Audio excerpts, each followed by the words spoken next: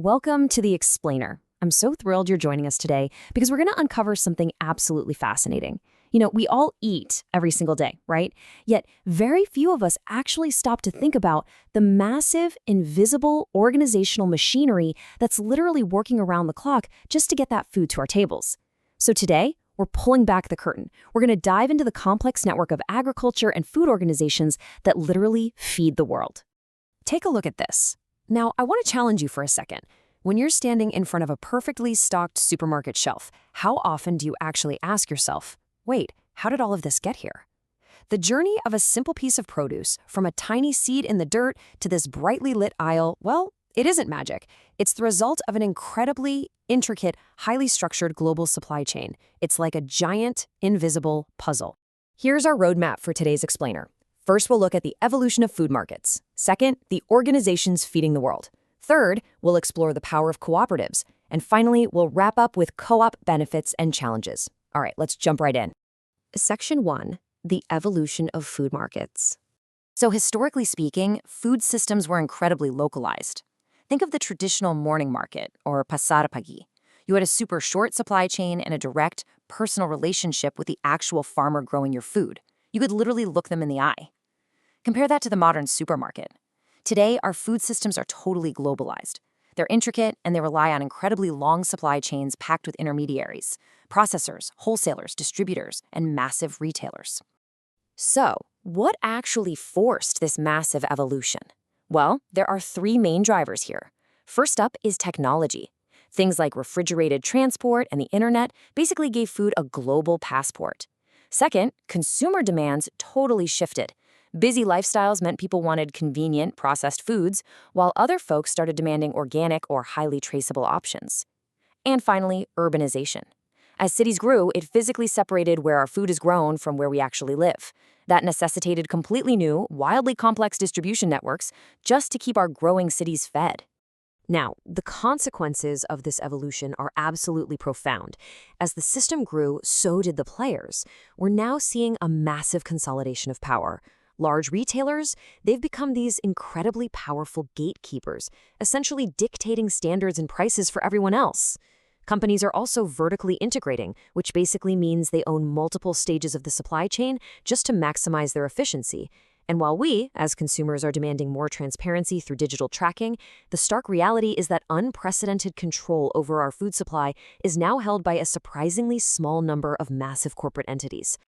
Moving on to Section 2. Organizations feeding the world.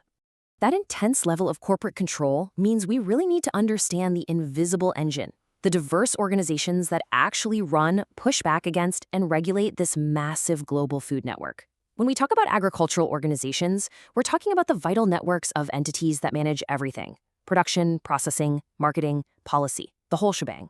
You can think of them as the crucial problem solvers of modern agriculture. They exist simply because navigating today's complex supply chains is virtually impossible for a single farmer to do all alone. We can actually break these down into four main pillars. Let's look at the very first pillar, farmer-based organizations. This is all about how producers group together just to survive that consolidated modern market we were just talking about. By forming cooperatives or associations, like the National Farmers Organization or NAFAS in Malaysia, farmers can pool their resources together, and that's a real game changer. Suddenly, a group of smallholders has the collective bargaining power to buy cheaper fertilizer, market their crops way more effectively, and actually advocate for their rights. The second pillar consists of agribusiness organizations. These entities build that essential bridge between the farm and the massive retail sector. We're talking about your industry associations and marketing boards. For instance, groups like the Malaysian Palm Oil Association. They focus heavily on research and market promotion. Meanwhile, government-established bodies like FAMA, that's the Federal Agricultural Marketing Authority, they literally connect farmers directly to markets and provide vital, real-time pricing information. Our third pillar is governmental organizations. This is where the state steps in to stabilize the food supply. We're talking about ministries of agriculture and state-level departments that are out there creating policy and regulating the sector. But it also includes crucial research bodies, like MARDI in Malaysia, that are busy conducting the hardcore agricultural science needed to improve crop varieties and tackle emerging farming challenges head-on. And rounding out our 4 pillars, we have NGOs and civil society organizations. These are the international and local groups advocating for sustainable and equitable practices. From small, local groups supporting community smallholders, all the way up to massive international bodies like the UN's Food and Agriculture Organization, or the FAO.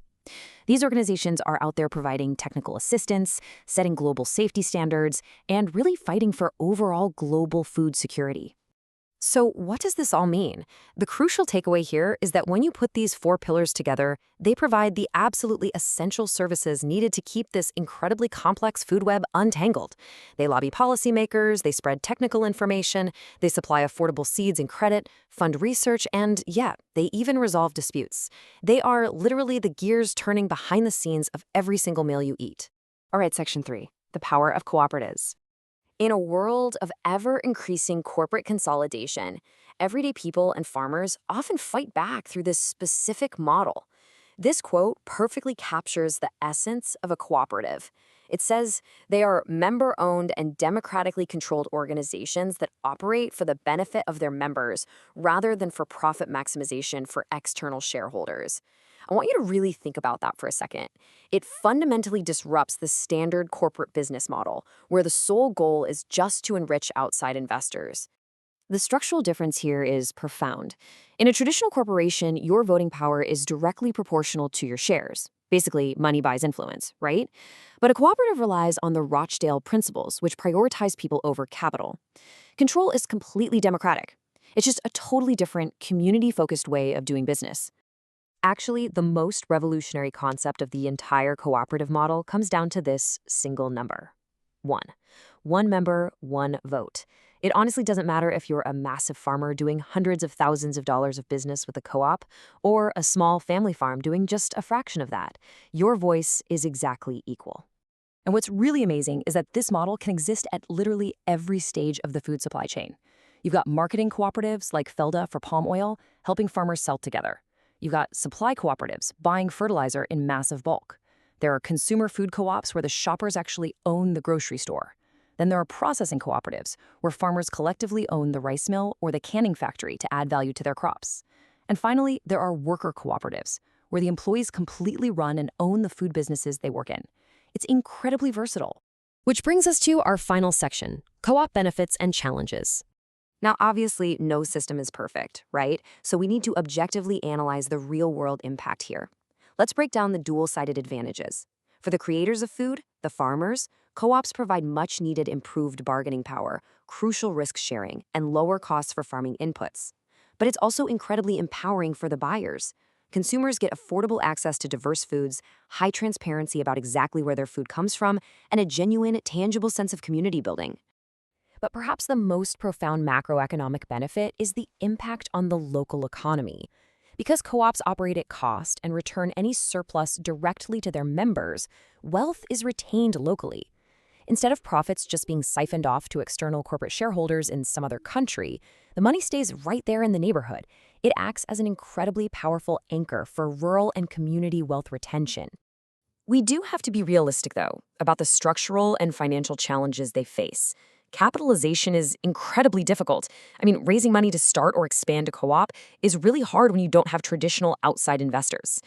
And while democratic governance is a beautiful concept, managing it effectively with a highly diverse membership, that gets extremely complex.